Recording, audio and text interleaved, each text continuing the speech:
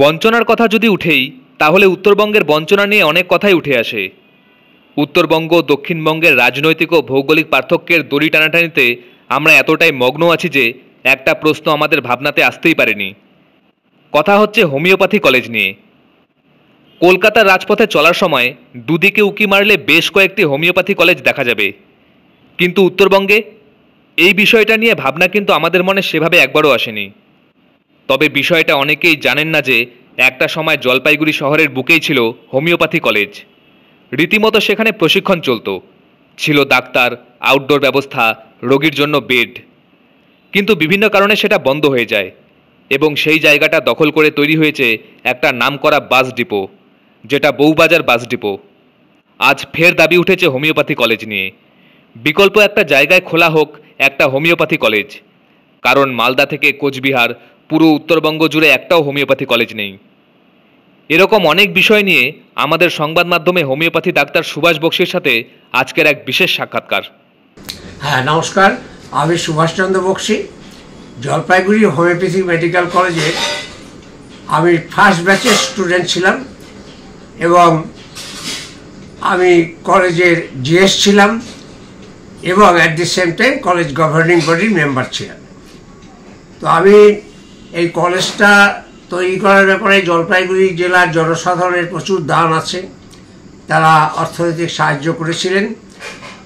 তখন একটা organising committee ছিল, সেই অর্গানাইজিং কমিটি এটা উদ্যোগ গ্রহণ করেছিল। সেই অর্গানাইজিং কমিটিতে আমি ছিলাম। তৎসত্ত্বেও আমি যেহেতু এই সাবজেক্টে পড়াশোনা করে আমি ভর্তি হয়েছিলাম, পরীক্ষা দিয়েই ভর্তি হয়েছিলাম এসসি কলেজ অফ কমার্সে, ওই আমাদের প্রবেশিকা পরীক্ষায়। সেইভাবে আমি ভর্তি হয়েছিলাম।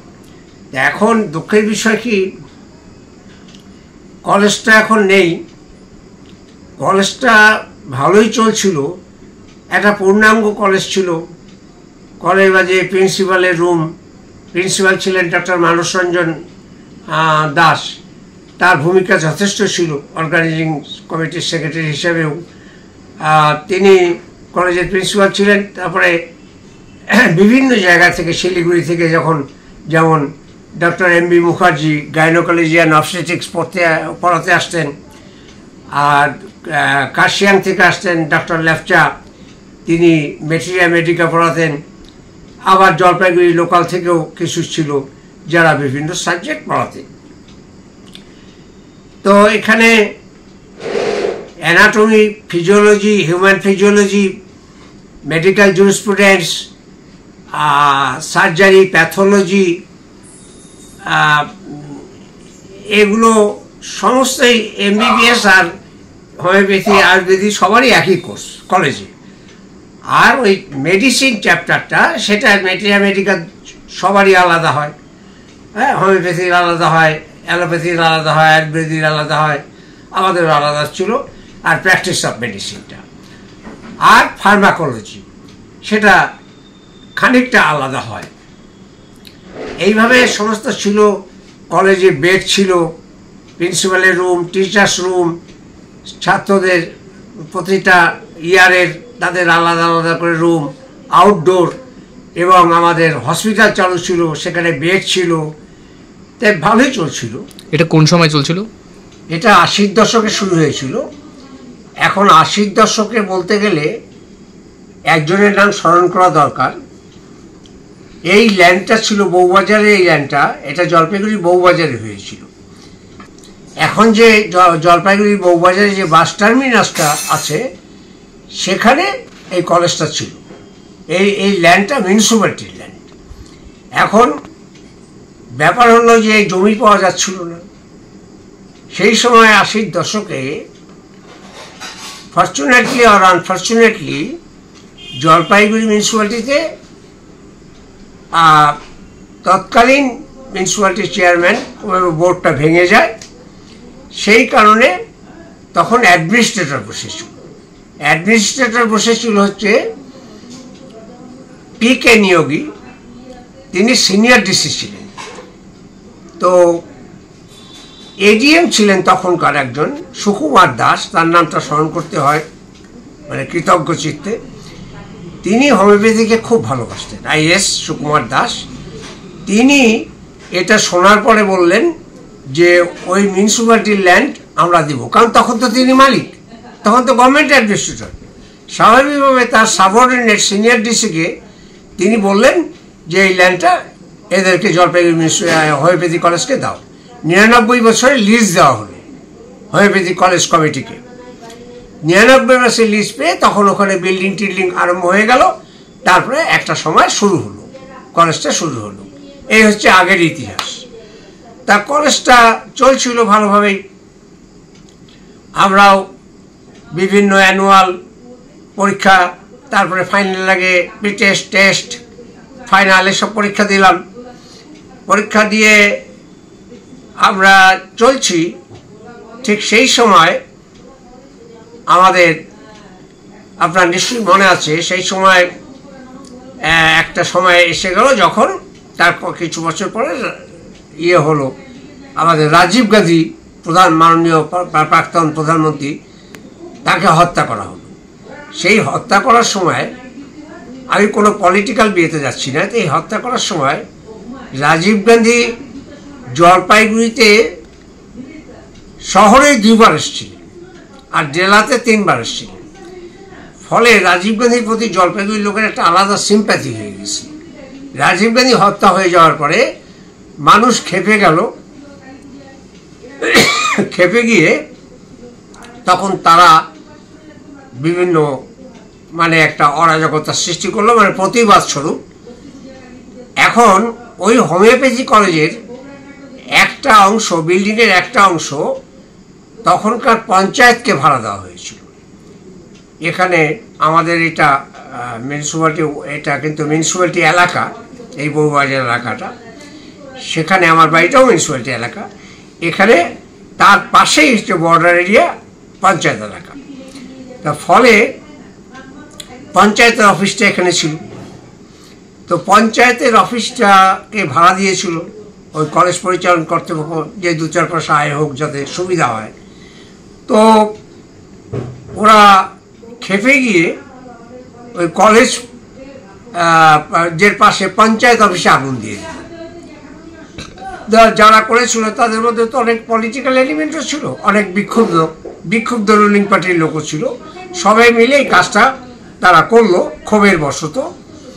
কিন্তু এটা বুঝলো না যে ওইটা পঞ্চায়েত অফিস যেহেতু আমাদের সঙ্গে অ্যাটাচ, ওটা লাগলে যে আমাদের ওটাতেও লাগবে এটা বুঝতে পারলো না। ফলে হোমিওপ্যাথি কলেজটা সম্পূর্ণ পুড়ে গেল। একেবারে কলেজের room, classroom, principal room, teachers room, laboratory, scientific apparatus, হসপিটালের বেড সব পুড়ে গেল, একদম ছাই হয়ে গেল। ফলে আর রক্ষা করা গেল না। স্বাভাবিক কারণে মিউনিসিপ্যালিটিতে পরে বোর্ড আসলো, একটা সময় তো ইলেকশন হবে। ফলে বোর্ড আসাতে তাদেরকে আমরা কিছু বলতে পারলাম না, তারা নিয়ে নিল কলেজটাকে, কারণ কলেজই তো নেই। 99 বছর লিজে কলেজকে দেওয়া হয়েছিল, কলেজই তো নেই, ফলে নিয়ে নিল। এবার জলপাইগুড়ি মিউনিসিপ্যালিটি একটা সময় সরকারের উদ্যোগে সেখানে বাস টার্মিনাস করলো, এনবিএসটিসি বাস টার্মিনাস হয়ে গেল। যেটা হোমিওপ্যাথি কলেজ ছিল, সেই মাঠটা খালি মাঠ, সেখানে বাস টার্মিনাস হয়ে গেল। এখন বাস টার্মিনাস হয়ে যাওয়াতে আর তো জমি নাই। ফলে একটা দুঃখের বিষয় কি জানেন, যে নর্থ বেঙ্গলে একটা হোমিওপ্যাথি মেডিকেল কলেজ নেই। এখানে নর্থ বেঙ্গলে যেগুলো পাশ করা, কলেজ থেকে পাশ করা হোমিওপ্যাথি ডাক্তার, হোমিওপ্যাথি তো বেশি দিন হলো রিকগনাইজ হয় নাই, কিন্তু হোমিওপ্যাথি ছিল কিন্তু 100 বছর 200 বছর আগের থেকে ভালো ভালো চিকিৎসক ছিল, কিন্তু তারা নিজের উদ্যোগে করতেন। পরবর্তীকালে ডক্টর বিধানচন্দ্র রায় যখন মুখ্যমন্ত্রী হলেন, তখন তিনি তো কর্মবীর ছিলেন। তিনি ওই প্রত্যেক একটা শর্ট কোর্স 15 দিন 1 মাসে এই সমস্ত চালু করেছিলেন, যে আমার গ্রামে গ্রামে ডাক্তার থাকবে, হোমিওপ্যাথি অ্যালোপ্যাথি সবার জন্য। তো সেসব করেছিলেন, যাদেরকে কোয়াক ডাক্তারও বলা হয়, তারা গ্রামকে বাঁচিয়ে রেখেছে। সেইভাবে হলো। তার মধ্যে এক্সট্রাঅর্ডিনারি কিছু লোকজন ছিলেন, তারা আবার সবই গুরুজন ব্যক্তি, অনেকেই প্রায় প্রয়াত হয়েছেন। তারা ভালো ভালো চিকিৎসক ছিলেন, খুব নামি দামি ছিলেন। পরবর্তীকালে তারা তাদের বংশ ঐতিহ্য রক্ষা করার জন্য তাদের ছেলেদের হোমিওপ্যাথি কলেজে পড়িয়েছেন। কলকাতায় নিয়ে গিয়ে হোস্টেলে রেখে। নর্থ বেঙ্গল হোমিওপ্যাথি কলেজ নেই। যেমন নর্থ বেঙ্গলে দুঃখ লাগে, আমি এটা রাজনৈতিক ভেদাভেদ করছি না, নর্থ বেঙ্গলে যেটা আমাদের এইমসের শাখা হওয়ার কথা ছিল প্রিয়রঞ্জন দাসমুন্সির চেষ্টায়, সেটা ওই রায়গঞ্জে ওখানে হওয়ার কথা ছিল। সেটা প্রিয়রঞ্জন দাসমুন্সি তো অসুস্থর আগেই প্রায় জীবনমৃত হয়ে গেছিলেন, কথাবার্তা বলতে পারতেন না।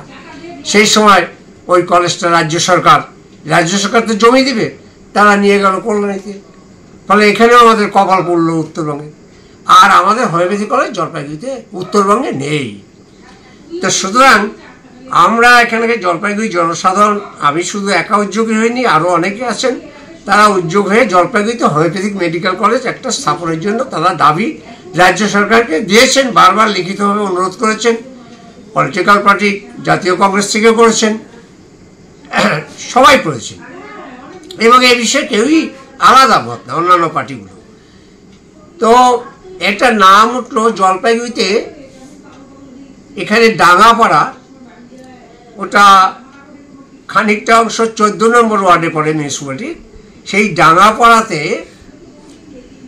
50-এর দশকে, আমাদেরও বয়স তখন খুব কম, 50-এর দশকে তখন ওখানে জনকল্যাণ হাসপাতাল স্থাপন হয়েছিল। এই মানুষের প্রচেষ্টা, তখনকার দিনের লোকরা তো খুব কলেজে জমি দান করতো, স্কুলে জমি দান করতো, এইসব সমাজসেবক বেশি ছিল, যেটা আজকের যুগে অনেকটা একটু অবক্ষয়ের যুগে এসে গেছে, দুঃখের বিষয়, যাক সে প্রসঙ্গে যাচ্ছি না। কিন্তু সেখানে তখন জনকল্যাণ হাসপাতাল স্থাপন করেছিলেন ডাক্তার সুধীর বোস। তিনি একসময় মিউনিসিপ্যালিটি চেয়ারম্যান ছিলেন, তিনি উদ্যোগী হয়ে চালু করেছিলেন। তার সঙ্গে সহযোগিতার হাত বাড়িয়েছিলেন ডাক্তার মহেন্দ্র বাগচি, এবং তার সঙ্গে ছিলেন আমাদের শুক্রেশ্বর সান্যাল। সেই শুক্রেশ্বর সান্যালও খুব সমাজসেবক ছিলেন। এই 3 জন মাথা তারা উদ্যোগ নিয়েছিলেন, এবং এখনো দেখবেন এই আমার স্ত্রী এবং আমার স্ত্রীর সমতুল্য অনেকের কাছে খোঁজ দিই, তারা বলে আমরা ডাঙ্গাপাড়া হসপিটালে জন্মগ্রহণ করেছিলাম। একটা চুটিয়া হসপিটাল চলছিল, বিধানচন্দ্র রায় থেকে আরম্ভ করে কেন্দ্রীয় রিলিফ অ্যান্ড রিহ্যাবিলিটেশন মিনিস্টার তখনকার দিনে মেহেরচাঁদ খান্না থেকে আরম্ভ করে রাজ্যপাল থেকে আরম্ভ করে সবাই সেখানে ভিজিট করেছেন, সবাই স্যাটিসফ্যাক্টরি রিপোর্ট দিয়ে যেতেন, এবং সেটা শুরু হয়েছিল ভালোভাবে চলতো। একসময় সরকার অধিগ্রহণ করে নিত, কিন্তু চলছিল ভালোভাবে, সরকারের একটা সায় ছিল।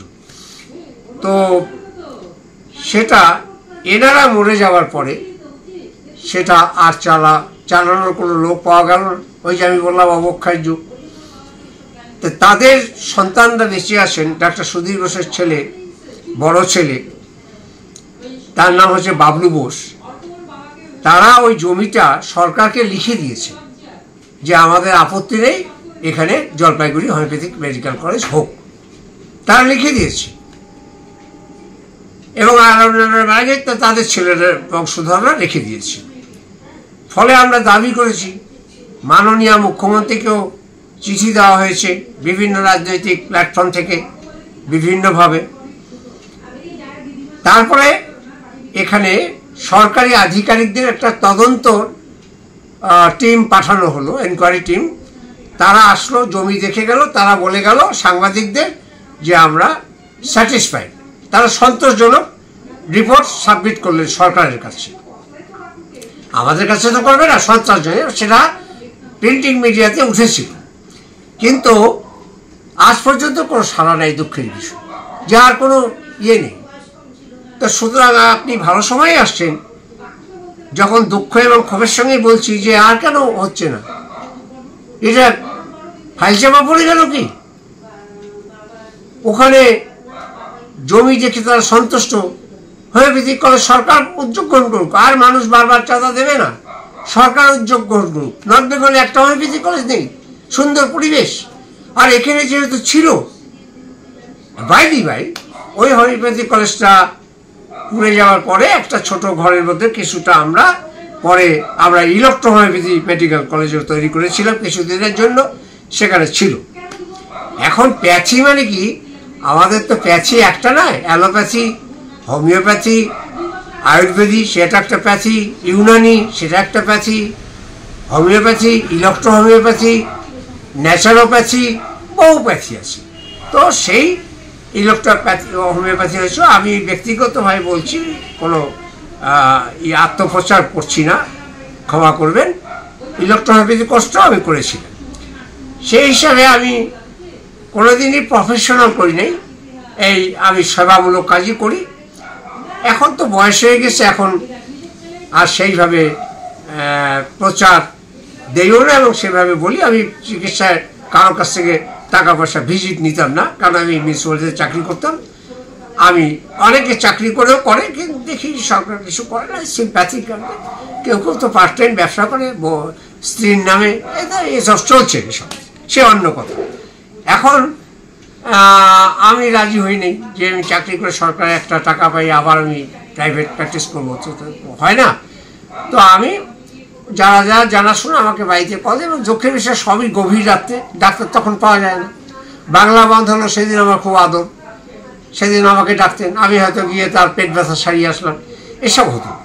তারপরে একটার সময় আমি দেখলাম আমার বয়স হয়ে যাচ্ছে, রাত্রি 2টার সময় আমি উঠে চিকিৎসা করতে পারবো না ইত্যাদি কারণে আমি একরকম বন্ধই করে দিয়েছি। তবে টুকটাক কেউ যদি আমার সাহায্য চায় তাকে লিখে টিখে দেই বা মৌখিক পরামর্শ দিই, সেসব করি। এটা একটা নেশা, আমার পেশা না। তো সেটা হলো না। একটা ইলেকট্রো হোমিওপ্যাথি কলেজ জলপাইগুড়িতে নতুনভাবে আবার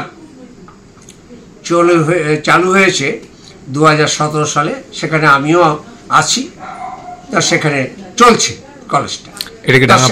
হ্যাঁ, সেটা চলছে, কিন্তু সেটা ডাঙ্গাপাড়ায় না, সেটা চলছে হচ্ছে ওই 4 নম্বর ঘুমটিতে একটা এলাকায়, শহরের 4 নম্বর ঘুমটি সংলগ্ন একটা এলাকায় চলছে। কিন্তু সেটাতে আবার সুপ্রিম কোর্ট রায় দিয়েছে প্র্যাকটিস, এডুকেশন অ্যান্ড রিসার্চ, এই 3টা ব্যাপারে। হ্যাঁ, প্র্যাকটিস, এডুকেশনটা চলছে, আর রিসার্চ, এই 3টার ব্যাপারে কিন্তু পূর্ণাঙ্গভাবে যে সরকারের যে ইয়েটা, সেটা এখনো এনাক্টমেন্ট যেটাকে বলে সেটা হয়নি। কিন্তু সেটা এই 3টা দাওয়াতে প্রায় হয়েই গেছে, 60% উপরে কাজ। এনাক্টমেন্ট দেয়নি বলে তারা পারছে না, হয়তো একজন কেউ এক্সপায়ার করে গেল, সার্টিফিকেট দিতে পারছে না ইত্যাদি কতগুলো আইনগত ব্যাপারটা তো থাকে, সেগুলোর দিক দিয়ে অসুবিধা হচ্ছে। কিন্তু কলেজটা চলছে এখন। ফর্চুনেটলি আসছেন, আনফর্চুনেটলি আমি দুটোতেই কোর্স কমপ্লিট করেছিলাম ফার্স্ট ব্যাচে। তো মেডিকেল ব্যাপার থেকে আমি টিচিং লাইনটা পছন্দ করি, ওখানে ক্লাস টাস মাঝে মধ্যে সম্ভব হলে নেই, আর কেউ যদি কোনো সময় সেমিনার করে সেটাতে অ্যাটেন্ড করি, বা বিভিন্ন জায়গায় কেউ যদি শুনতে চায় তাহলে তাকে বলি, এসব হয়তো আর কি। এখন আমরা জলপাইগুড়ি হোমিওপ্যাথিক মেডিকেল কলেজটা আমরা এখানে চাই। কতজন ছাত্র এখন ওখানে প্র্যাকটিস করছে? ওখানে কোথায়? ইলেকট্রো হোমিওপ্যাথি কলেজে? হ্যাঁ, যেটা 4 নম্বর। ও ইলেকট্রো হোমিওপ্যাথি সামান্য, কারণ নতুন তো, কোর্সটা নতুন তো। ইলেকট্রো হোমিওপ্যাথিটা আবিষ্কার হয় হচ্ছে ইটালিতে, আর হোমিওপ্যাথি আবিষ্কার হয় Germany. Doctor Samuel Frederick Christian Hahnemann পুরো নাম, ডাক্তার হ্যানিম্যান বলে, কিন্তু পুরো নামটা এটাই। আর ওটা করেছেন ইটালিতে কাউন্ট ম্যাথি, চিকিৎসা বিজ্ঞানী, তিনি ওটা করে। ইটালিতে দারুণভাবে চলে, বিশ্বের কোনো কোনো দেশে দারুণভাবে চলে। তো এখানে সরকার কাছে যারা, কেন্দ্রীয় সরকার, ভারত সরকার রাজ্য সরকারগুলোকে বলেছে যে ইলেকট্রো হোমিওপ্যাথিকে, এগুলো সমস্ত টোটালি আদার দ্যান অ্যালোপ্যাথি, এগুলোকে বলে আয়ুষ বিভাগ, আয়ুষ ডিপার্টমেন্ট। সেই আয়ুষ বিভাগ সরকারের থাকে, কেন্দ্রীয় সরকারের থাকে, সেই আয়ুষ বিভাগ এগুলোকে পরিচালনা করে। এই দুটো হোমিওপ্যাথির মধ্যে পার্থক্যটা কি? এই দুটো হোমিওপ্যাথির মধ্যে পার্থক্য হচ্ছে, আমি একবার বললাম বোধ হয়, যে ইলেকট্রো হোমিওপ্যাথি ইটালিতে, homeopathy Germany. Homeopathy doctor Samuel Frederick Christian Hahnemann, doctor Hahnemann বলে সবাই, পুরো নামটা ওটা। আর ওটা হচ্ছে কাউন্ট ম্যাথি, ইলেকট্রো হোমিওপ্যাথি ইটালিতে। তো এখন কাউন্ট ম্যাথি আবিষ্কার করলেন উনি, দার্শনিক বিজ্ঞানীরা তো হয়, বিজ্ঞানীরাও দার্শনিক। উনি লক্ষ্য করতেন একটা কুকুরের গায়ে প্রচণ্ড বিষাক্ত ঘা, এবং রোজ একটা গাছের সঙ্গে ও গা ঘষে যায়। তারপরে একদিন বহুকাল পরে দেখলেন ওর ঘা নেই। তখন ওনার মাথায় আসলো এই প্ল্যান্ট কিংডম থেকে ওষুধ তো তৈরি হতে পারে।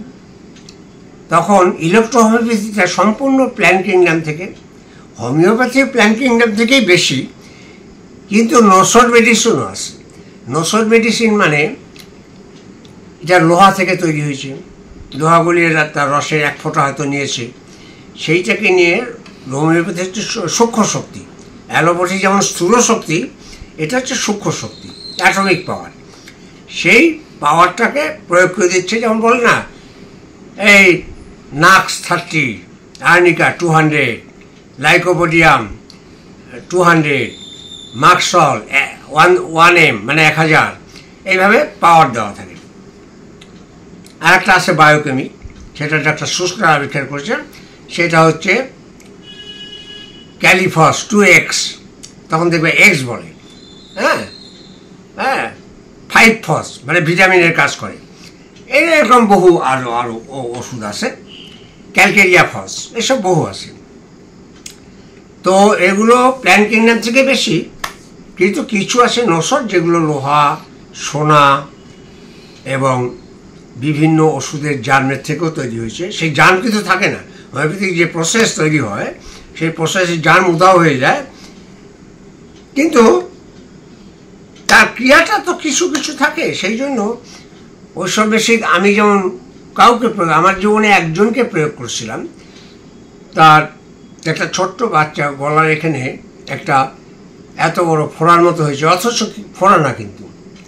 তা আমার কাছে নিয়ে আসলো, আমি বললাম আপনারা কি একে বিসিজি দিয়েছেন? না দেয়নি। তখনই বুঝলাম, তখন ওই টিউবারকুলিন নিলাম, ব্যাসিল নিলাম, প্রয়োগ করলাম হোমিওপ্যাথি ওষুধ, যেটা লোকে করতে ভয় পায়, কারণ ওটাতে টিবিও হয়ে যেতে পারে, অন্য ওষুধও হয়ে যেতে পারে। টিউবারকুলিন ব্যাসিলাম প্রয়োগ করতে হোমিওপ্যাথি ডাক্তাররা প্রচণ্ড ভয় পায় এবং সাবধানের সঙ্গে করে। তখন আমি ডেফিনিট হয়ে ওটা করলাম, তারপর ওটা চলে গেল, ভালো হয়ে গেল। তো এটা একটা রিস্ক নিয়েছিলাম। তেমনি হোমিওপ্যাথিক মেডিসিনে যেমন সালফার আছে, সালফারে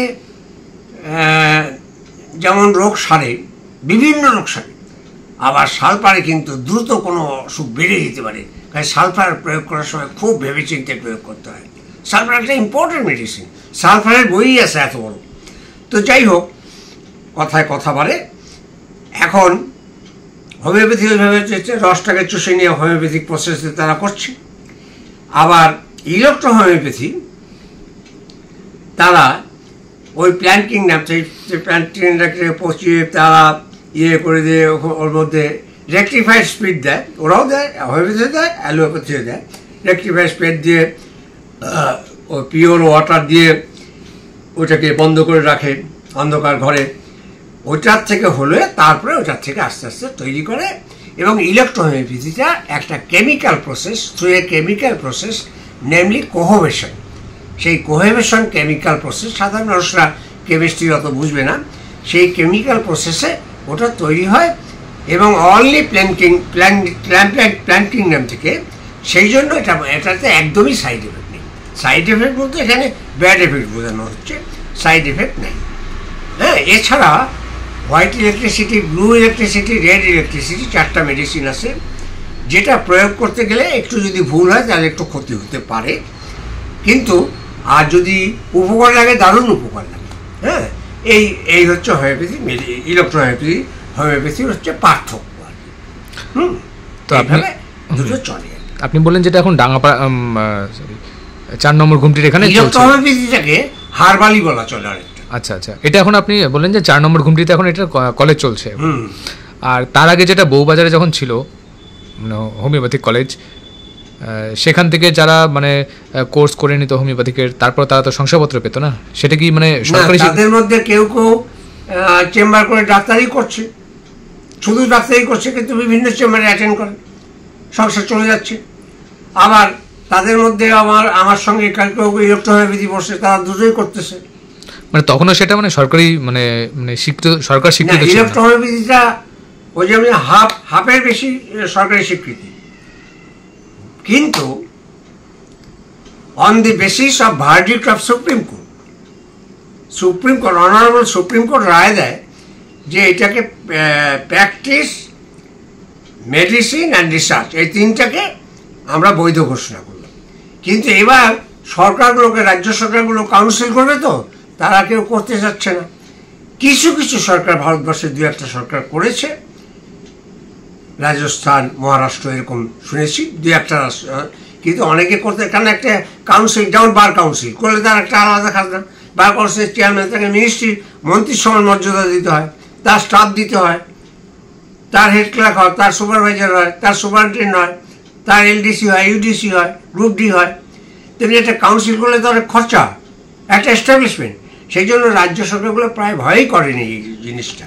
তো এখন এটা হয়ে আছে, এটা নিয়ে ইলেকট্রোহোমিওপ্যাথি অ্যাসোসিয়েশন অফ ইন্ডিয়া তারা চেষ্টা করছে, তাদেরকে বিভিন্ন রিসার্চ থিওরিটা জমা দিতে বলতেছে, বলে একদিন হবে।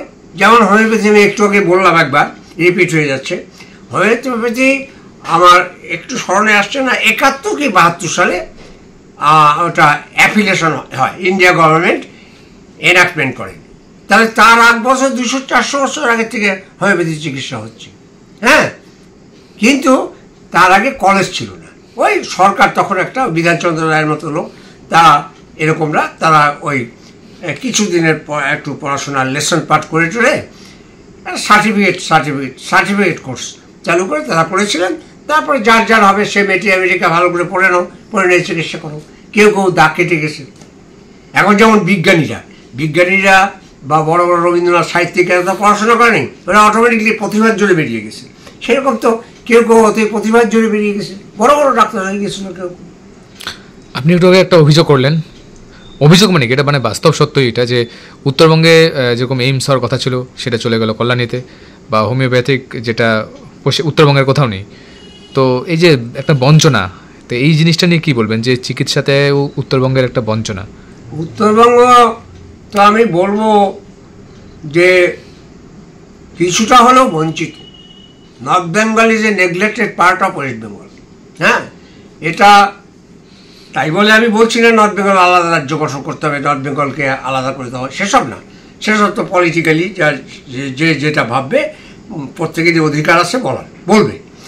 কিন্তু কথা হচ্ছে যে নর্থ বেঙ্গল নেগলেক্টেড থাকবে কেন? যেখানে সাউথ বেঙ্গলে এতগুলো হোমিওপ্যাথি কলেজ, এখানে নর্থ বেঙ্গলের ছেলেরা গেলে সেখানে হোস্টেলে থেকে পড়াশোনা করে, তাদের কম খরচা, গার্জিয়ানদের যাতায়াত করতে হয়, হ্যাঁ, তার পড়াশোনার খরচা আছে ইত্যাদি দিয়ে তাদের এখানে একটা সুন্দর করে সরকার সন্তোষজনক বলে তারা মেনে নিয়েছে এই প্লেসটা। তো এটা যদি না করে তাহলে এই জমিটাও দখল হয়ে যাবে। জলপাইগুড়ির যিনি সাংসদ তিনিও একজন ডাক্তার, যিনি বিধায়ক তিনিও একজন ডাক্তার। তো একজন সাংসদ ডাক্তার থাকার পর, বিধায়ক ডাক্তার থাকার পরও জলপাইগুড়িতে হোমিওপ্যাথিক একটা কলেজ করার জন্য কোনো রকম ব্যবস্থা নিচ্ছে না, এটা নিয়ে কি বলবেন? টু স্পিক দ্য ট্রুথ, তারা তো MBBS MD ইত্যাদি, তারা অ্যালোপ্যাথি জগতের লোক, হয়তো হোমিওপ্যাথি সম্বন্ধে, হয়তো আমি বলছি নাও হতে পারে, হয়তো ইন্টারেস্টেড না। কিন্তু এখন তো হওয়া উচিত মডার্ন যুগে, হ্যাঁ, যেখানে মডার্ন হোমিওপ্যাথি হয়ে গেছে, অ্যালোপ্যাথির মতোই চিকিৎসা হয়, দ্রুত সেরে যায়। হ্যাঁ, ইলেকট্রো হোমিওপ্যাথির সঙ্গে তো অ্যালোপ্যাথির প্রায় তুলনাই করা যায়। আমি একটা কথা বলতে ভুলে গিয়েছিলাম, সেটা আবার বলি। হোমিওপ্যাথি হচ্ছে কোনো অসুখ হলে বলা হয় শরীরের ভাইটাল ফোর্সকে নষ্ট হয়ে গেছে, ভাইটাল ফোর্সকে বাড়ানো। হোমিওপ্যাথি ডাক্তাররা বলে we treat the patient not the disease. পেশেন্টকে তারা চিকিৎসা করে, ডিজিজ নয়। পেশেন্টের টোটালিটি অফ দি সিমটম, লক্ষণ সমষ্টিটাকে নিয়ে তারা গবেষণা করে, তারা চিকিৎসা করে। এক একটা লক্ষণ আছে এক একটা মেডিসিনের, সেইভাবে তারা পেশেন্টের চিকিৎসা করে। আর ইলেকট্রো হোমিওপ্যাথি বলছেন যত অসুখের মূল হচ্ছে ব্লাড অ্যান্ড লিম্ফ। এই ব্লাড অ্যান্ড লিম্ফের আগে একটা যে তরল পদার্থ মতো বাড়ায়, ওটাকে লিম্ফ বলা হয়। রক্তপাত হওয়ার আগে দেখবেন একটা লাল সাদা হলদে সামান্য বাড়ায়, তারপরে রক্ত বাড়ায়, সেটাকে লিম্ফ বাড়ায়। ব্লাড অ্যান্ড লিম্ফের গণ্ডগোল হলেই যত অসুখ হয়। তাদের বক্তব্য এটা, তাদের থিওরি এটা। আয়ুর্বেদ যেমন বলছে কফ, বায়ু, পিত্ত, এই তিনটার গোলযোগে হয়। এরকম এক একজনের এক এক রকম সিস্টেম আছে, সেই হিসাবে ট্রিটমেন্টগুলো করা হয়। যেমন ধর্ম অনেক আছে, কোনো ধর্মই ফেলে দেওয়া না, সব ধর্মই সমান, সব ধর্মই গডের কাছে যাওয়া, আল্লাহর কাছে যাওয়া বা ভগবানের কাছে যাওয়া, তার কাছে পৌঁছানো রাস্তা একটা আলাদা আলাদা। তেমনি এই চিকিৎসা জগৎও তাই, সব চিকিৎসারই রোগীকে সারানো, এক একটা পথ এক একটা আলাদা। এইভাবে এই চিকিৎসা চলছে। আমি কলকাতায় একবার একটা সেমিনারে বক্তব্য রেখেছিলাম, সেখানে আমি বলেছিলাম, যদিও আমি এটা কল্পনা করে বলছি, আমাকে ক্ষমা করবেন, যে সব ধর্মগুলো যদি এক হতো আর সব প্যাথিগুলো যদি এক হতো তাহলে কি সুন্দর হতো। হ্যাঁ, এটা আমি বাইদি বাই কথা প্রসঙ্গে হাসতে হাসতে বলেছিলাম, তো এটা কল্পনার কথা। হ্যাঁ, তো যাই হোক, এখন এইভাবে চিকিৎসাগুলো হয়, কোনো চিকিৎসাই ফেলনা না, কোনো ধর্মই ফেলনা না, তো এইভাবে হতে পারে। তো এখন এইটাই মূল বক্তব্য ফিরে যায় যে নর্থ বেঙ্গলে একটা হোমিওপ্যাথি কলেজ নাই, আর জলপাইগুড়িতে যেহেতু একটা ছিল, তা সুতরাং জলপাইগুড়িতে যদি একটা হোমিওপ্যাথি কলেজ করা হয় তাহলে খরচার দিক দিয়ে অনেক কম পড়বে, আপনারা বলেন বাড়িও যেতে পারবে। আপনারা বলেন দাবি জানিয়েছেন সরকারের কাছে? আমরা দাবি জানিয়েছি, তো এই ব্যাপারে সরকার কিছু আমরা বলেছে? বারবার দাবি জানাচ্ছি, আবারও জানাবো, এর মধ্যে আবার জানাবো। সরকারের থেকে কোনো প্রতিক্রিয়া পাওয়া গেছে? সরকারের প্রতিক্রিয়া বলতে শুধু ওইটুকু, যারা আসছিলেন যে 3 জন আধিকারিক, তারা এখানকার লোকাল প্রশাসনের সঙ্গে মিট করেছেন, তারা বলে গেছেন সাংবাদিকদের যে আমরা স্যাটিসফাইড, আমরা সন্তুষ্ট। এটা কবে? এটা তাও প্রায় 1 বছর হয়ে গেল, কিন্তু এখনো কোনো সেরকম সদুত্তর পাওয়া এখনো যায়নি। সাড়া পাচ্ছি না, সেইটাই একটা হতাশাজনক, সেটাই একটা ভয়, উদ্বেগে আছি যে এখনো সাড়া পাচ্ছি না। কেন হোমিওপ্যাথি কলেজ পড়ুক, এই যে আমার চেনা জানা কত ছেলে মেয়ে জলপাইগুড়ি জেলা কলকাতা থেকে পড়াশোনা করে আসবো, ওখানে থাকতে হলো, হোস্টেলে থাকতে হলো। হ্যাঁ, তাহলে এইটা কেন হলো, এই পার্থক্যটা কেন থাকবে? একটা হোমিওপ্যাথি মেডিকেল কলেজ হবে নর্থ বেঙ্গলে, হয় সাউথ বেঙ্গলে এবং ইনক্লুডিং কলকাতা, সেখানে অনেক হোমিওপ্যাথিক কলেজ। এটা হতে পারে না। সুতরাং এটা সরকারকে অনুরোধ সহ আবেদন জানাবো যে এটা একটা পুনর্বিবেচনা করে এখানে এই হোমিওপ্যাথিক কলেজটা, ডাঙ্গাপাড়া যে জনকল্যাণ হাসপাতাল ছিল যেটা বন্ধ, সেখানে ইট টিট অনেকে চুরি করে নিয়ে গেছে, কে রাত্রিবেলা চুরি করছে কাকে বলা যাবে, ইট টিট খসিয়ে নিয়ে গেছে, অনেক কিছু হয়ে গেছে, ওটা প্রায় ধ্বংসাবশেষ, সামান্য একটু হয়তো বোঝা টোঝা যাবে, কিছুই নাই, ওই বিল্ডিংটারও কিছু নেই, কোয়ার্টারগুলো দখল হয়ে গেছে, ইট টিট খুলে নিয়ে গেছে। সুতরাং সেই পরিত্যক্ত অবস্থায় পড়ে গিয়েছে, খালি মাঠেরও কিছু কিছু অংশ দখল হয়েছে, মানুষ বাড়ি করেছে, কেউ বা ব্যবসার দোকান করেছে। আজকে যেটুকুন অংশ আছে সেটা যথেষ্ট, সেটা আধিকারিকরা বলেছে হ্যাঁ এটা যথেষ্ট, যেখানে হোমিওপ্যাথি কলেজ হতে পারে। এটা হচ্ছে না কেন? এটাই একটু আপনাদের মিডিয়ার মাধ্যমে যদি প্রচার হয় তাহলে নিশ্চয়ই সরকারের কানেও যাবে। গণতান্ত্রিক দেশ, মিডিয়ার খবরকে তো গুরুত্ব দেওয়া উচিত, তাহলে সরকারের কানে যাবে, কিছু কাজ হতেও পারে, এটাই আমার প্রত্যাশা।